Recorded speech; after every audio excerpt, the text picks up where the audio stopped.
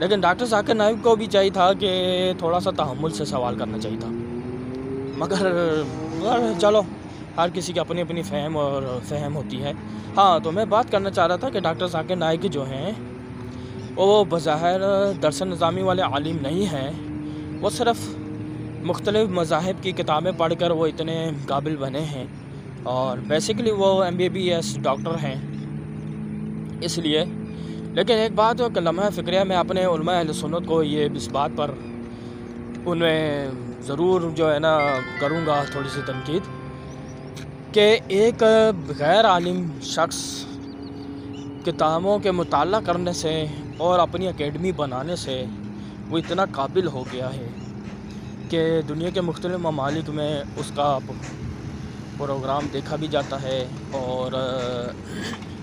دوسرا یہ ہے کہ ان کی پوری مطلب ان کا ایک میڈیا چینل بھی ہے، اور آپ دیکھ لیں کہ وہ اگر دنیا بھر سے لیکچر بھی دیتے ہیں، جو بھی آمدن آتی ہے یا دنیا بھر سے جو ڈونیشن آتا ہے، تو اس ڈونیشن کے بہا پہ انہوں نے کتنا کام کیا ہے، اکیڈمیاں کھولی ہیں، بچوں کو تعلیم دلوا رہے ہیں اور اپنے لوگ تیار کر رہے ہیں، ان کی اکیڈمیوں میں ایسے ایسے قابل لوگ تیار ہو رہے ہیں جو دنیا بھر میں مناظرے کر رہے ہیں۔ جبکہ ہم لوگوں نے کیا کیا؟ میں اپنے علماء اہل سنت سے میں صرف پوچھتا ہوں کہ ہم سے کیوں نہیں ہو رہا؟ ایک غیر عالم شخص جو پڑھ کے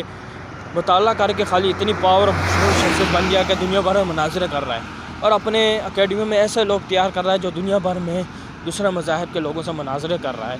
مناظرے کر کے انہیں یعنی شکست دے رہے ہیں، تو آپ لوگوں سے یہ کام کیوں نہیں ہوتا؟ ٹھیک ہے، میں مانتا ہوں ذاکر نائک سے اختلاف اپنی جگہ ہے، لیکن یہ بات آپ دیکھیں کہ اگر ذاکر نائک غلط ہے تو آپ دنیا کو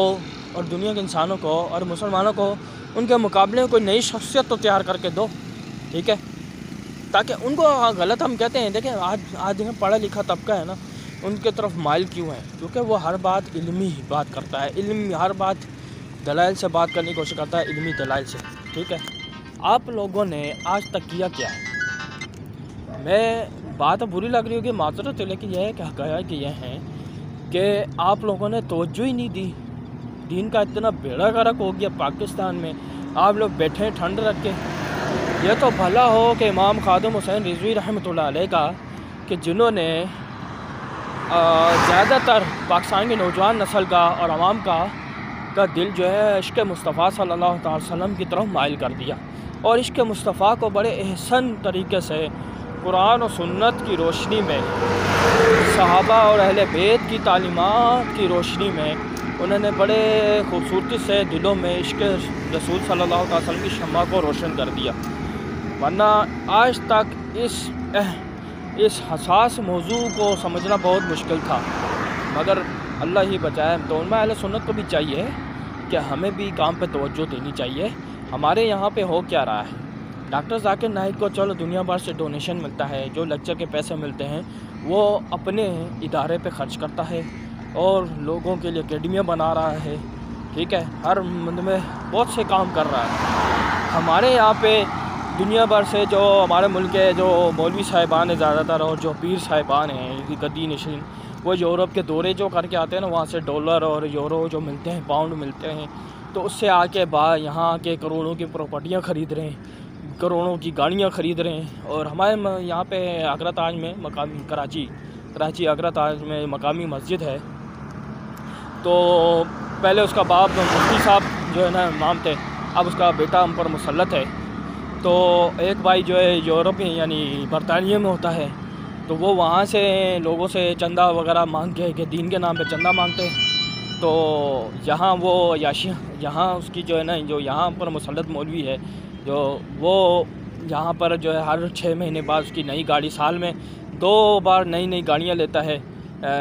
ایک بیچتا ہے، ایک بجائے پرانی ہوتی ہے وہ بیچتا ہے، وہ دوسری نہیں لے لیتا 0 میٹر۔ بس کانے خریدنے پہ زور ہے، دین کے کام پہ کوئی توجہ نہیں ہے، مدارس پہ کوئی خاص جو ہے